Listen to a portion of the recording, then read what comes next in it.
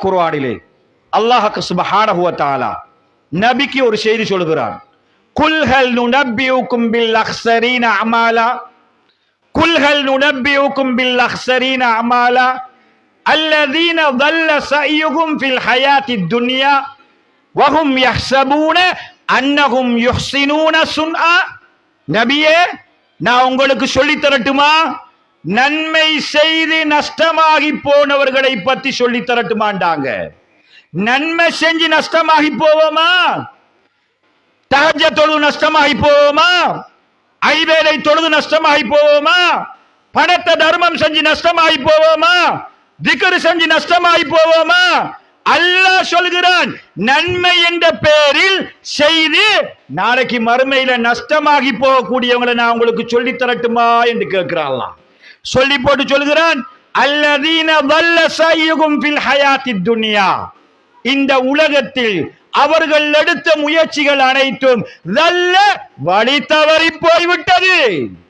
செஞ்ச இபாதத்துக்கள் எல்லாம் பித்அத்துக்கள், செஞ்ச இபாதத்துக்கள் அனைத்தும் ரசூலுல்லாஹ் அங்கீகரிக்காத காட்டாத இபாதத்துக்கள்.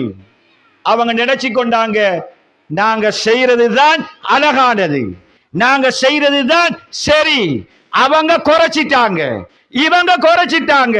நாங்க செய்யற திக்ரு தான், இத்தனை திக்ரு செய்யறது தான், இந்த தொழுகிறது தான், இப்படி நடக்கிறது தான், இப்படி மீலாது கொண்டாடுறது தான் சரி என்று இந்த உலகத்தில் செய்து நாளைக்கு மறுமையில போனா அல்லாஹ் சுப்ஹானஹு வ தஆலா காற்றில் அடித்து பறக்கக்கூடிய அளவுக்கு அந்த இபாதத் என்ற போர்வையில் செய்யப்பட்டவைகளை அல்லாஹ் அழிச்சு விடுவான் என்பதாக திருமறை அல் குர்ஆனிலே அல்லாஹ் சுப்ஹானஹு வ தஆலா நமக்கெல்லாம் எச்சரிக்கை விடுகிறான். ஆக மதிப்புக்கும் கண்ணியத்துக்கும் உரிய சகோதரர்களே, தாய்மார்களே, எவைகளெல்லாம் இஸ்லாம் என்ற பெயரில், எவைகளெல்லாம் எங்களை எல்லாம் சுவர்க்கத்துக்குள்ள எடுத்துக்கொண்டு செல்லும் என்ற போர்வையில் நீங்க எல்லாம் ஒரு குரூப்ல இருப்பீங்க. உங்களுக்கு எல்லாம் பேஸ்புக்ல ஒரு அக்கவுண்ட் இருக்கும், வாட்ஸ்அப் குரூப்புகள் இருக்கும். நீங்க எல்லாம் ஷேர் பண்றீங்க. நீங்க ஒவ்வொன்றையும் ஷேர் பண்ணும் பொழுதெல்லாம் கவனமாக இருந்து கொள்ளுங்கள், கவனமாக இருந்து கொள்ளுங்கள். ஒன்றுக்கு பல தடவை நீங்க யோசிச்சு பாருங்க, முகம்மது நபி செய்த ஒரு செயலா? முகம்மது நபி செய்தார்களா? முகம்மது நபி இதை சொன்னார்களா?